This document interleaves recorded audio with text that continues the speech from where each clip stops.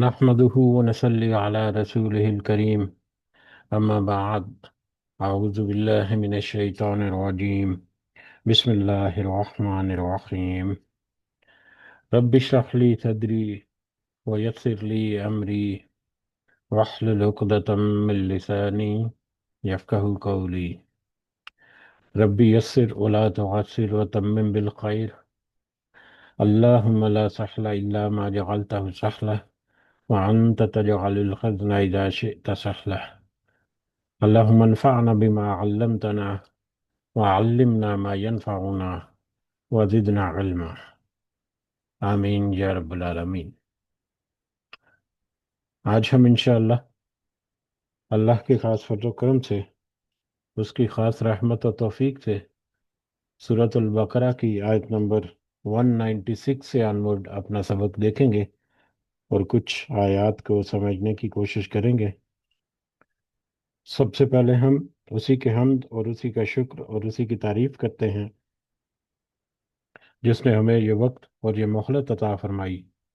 جس نے ہمیں یہ وسائل، یہ سہولیات، یہ ٹیکنالوجی، یہ رزق اور بے شمار انعام و اکرام اور فضل و کرم ہمارے اوپر کیا، اور خاص کر جس نے ہمارے دلوں میں یہ ڈالا کہ ہم اس بابرکت کلام کو سمجھنے کی کوشش کریں۔ اللہ تعالیٰ سے دعا ہے کہ اس کوشش میں ہمیں استقامت نصیب فرمائے، اس کی صحیح سمجھ اللہ تعالیٰ ہمیں عطا فرمائے، اس کے ذریعے سے اللہ ہمیں اپنی اور اپنے ساتھیوں کی اصلاح کرنے کی توفیق عطا فرمائے، اور دنیا کے ساتھ ساتھ اللہ ہمیں آخرت کی کامیابی اور بھلائی اور اپنا خاص فضل و کرم ہمارے شامل حال رکھے۔ آمین یا رب العالمین۔ آگے بڑھنے سے پہلے ہم اپنا پچھلا سبق، اس کا ترجمہ دہراتے ہیں، جو کہ آیت نمبر 189 سے لے کر آیت نمبر 195 تک، جس کو ہم نے کل دیکھا۔ اس میں اللہ تعالیٰ نے فرمایا، لوگ آپ سے چاند کے بارے میں سوال کرتے ہیں، آپ کہہ دیجئے کہ یہ لوگوں کی عبادت کے وقتوں یا لوگوں کے لیے اوقات کا تعین اور حج کے موسم کے لیے ہے، احرام کی حالت میں اور گھروں کے پیچھے سے تمہارا آنا کچھ نیکی نہیں، بلکہ نیکی والا تو وہ ہے جو متقی ہو۔ گھروں میں تو دروازوں سے آیا کرو اور اللہ سے ڈرتے رہو تاکہ تم کامیاب ہو جاؤ۔ لڑو اللہ کی راہ میں ان سے جو تم سے لڑتے ہیں، اور زیادتی نہ کرو،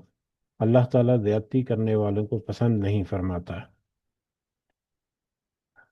انہیں مارو جہاں بھی کہیں تم انہیں پاؤ،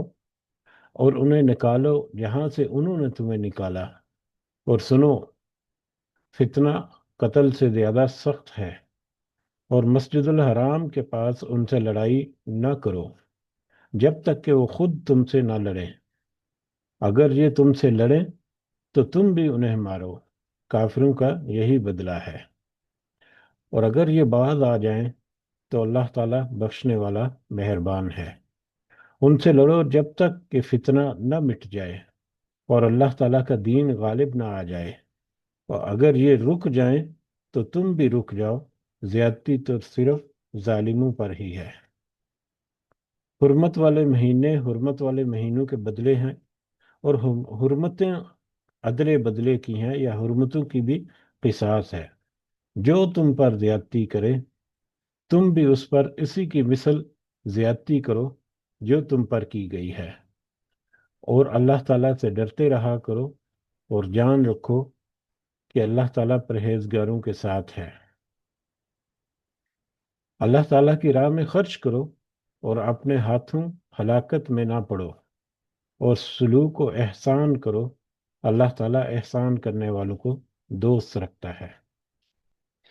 یہ ہمارا کل کا سبق تھا، جس میں ہم نے کچھ اہم پوائنٹس جو ہم نے کور کیے، چاند کے بارے میں لوگوں کو وضاحت اللہ تعالیٰ کی، اور ان کے فرسودہ عقائد اور رسم و رواج کی بالکل نفی کرتے ہوئے اللہ تعالیٰ نے دو ٹوک الفاظ میں بتا دیا، یہ تو مواقیت للناس ہی ہے، یہ تو لوگوں کے لیے کیلنڈر کا ایک اہمیت جو ہے وہ رکھتا ہے چاند۔